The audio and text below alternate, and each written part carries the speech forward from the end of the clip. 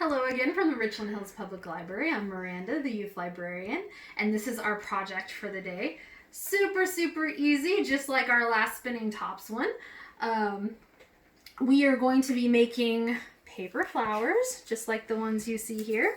These are a little bit more delicate than the ones we'll be making because I actually made these with origami paper. I don't recommend that. You can if you want to, but it makes them a little bit more flimsy, and the sturdier they are, the better, I think. So we're going to set these to the side. So I use the origami paper because it's already in a square. That makes things so much easier. But it's not too hard to make squares out of 8x10 paper, as I'm about to show you. All right, so you just fold your paper to an edge, and then you trim off the bottom and you'll have your square. And it doesn't have to be super perfect here. Just get it as close to that edge as you can. All right, and we'll just leave it folded because we're going to do a bit more folding once we get this other one done.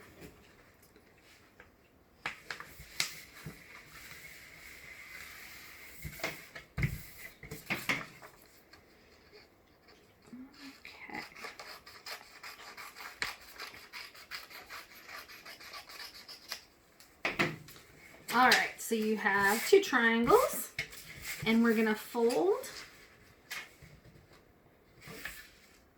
and you'll do the same thing to both of them. Fold once, or twice technically, because it's already folded once, and then a third time.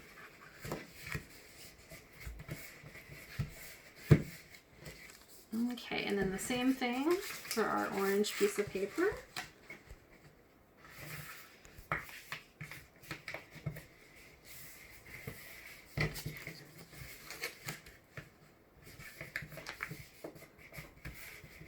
Okay, and let's see if I can remember. We want them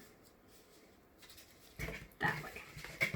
Okay, so then we're going to cut on our long edge right along here in kind of an arching motion, just like that.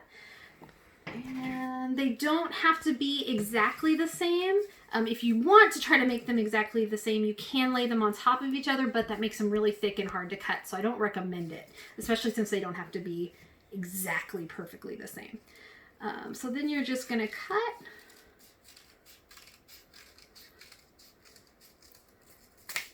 just like that. Make sure that you do have that one flap that stays connected. That's really important. And then we're going to do the same thing on this one.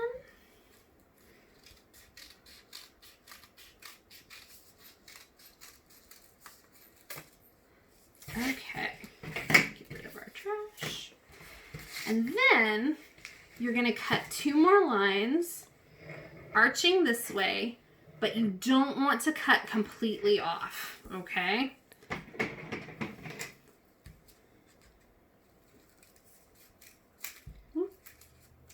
Don't cut your fingers off. That would be bad. So kind of right to there.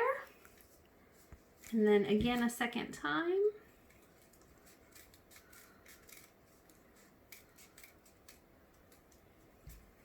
Okay, and then the same thing on the other one.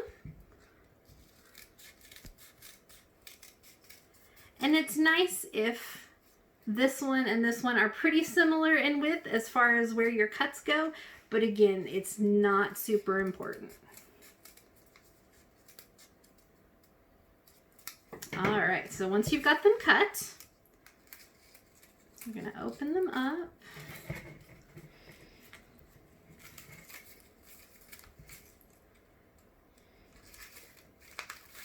And be as gentle as you can because it is really easy to tear them as you're opening them up. I have done that more than once. So nice and gentle.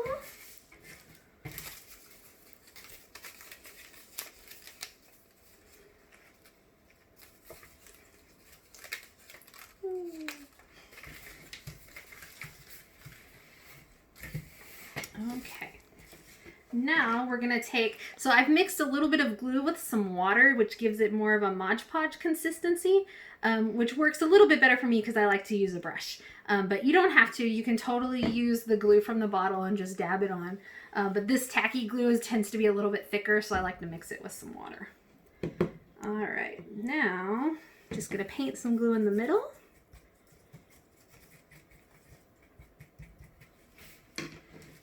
And then put my orange one on top.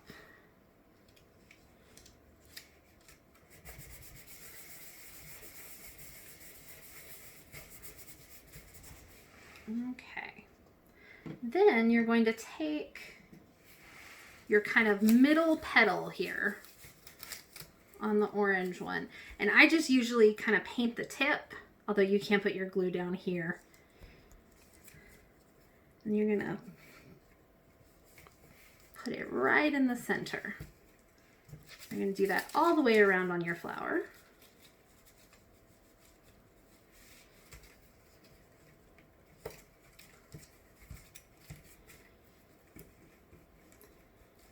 Uh-oh, I didn't let my glue dry fast enough.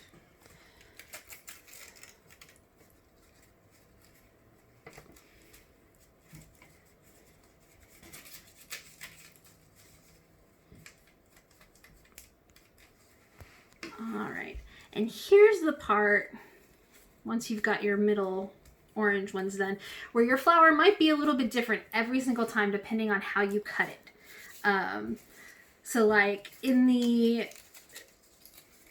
thing that I watched, this was able to loop up and over to the middle like that. And as you can see, that doesn't exactly work with how I've cut my flower. So what I'm going to do instead is kind of bring it to the outside and put it right in there. Whoops, I can get it to stay. Just like that. And then once again, you do that all around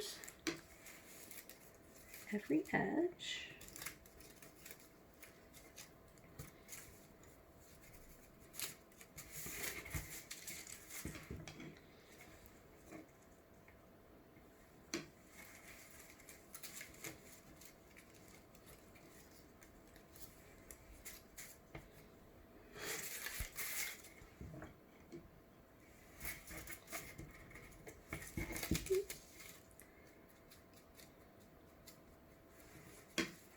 And then once you've got all of your petals made, you can put something in the center.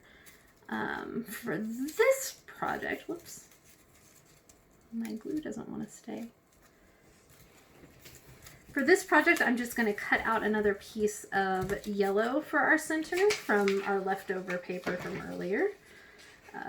But you could also like use a button, or if you had like a little stick-on gem, or even like a sticker, any kind of sticker. You can just put that right in the middle.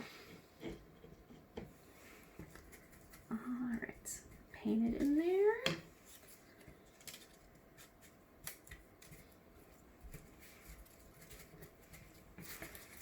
And voila, there we have our flower. Whoops, it doesn't want to stay in my hands. Just like that. And if you use white paper, of course, you can always decorate it yourself. It really doesn't want to stay in my hands.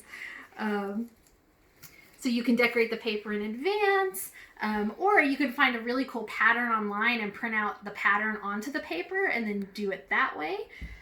You'll notice with the flowers that I made earlier, something that I didn't really think about right away. You know, I picked these two gorgeous colors here, and then I used the white side, and so when they folded over, I only got the color in the center, which is fine, but then I learned and then did it the opposite way since my color was only on one side of the paper.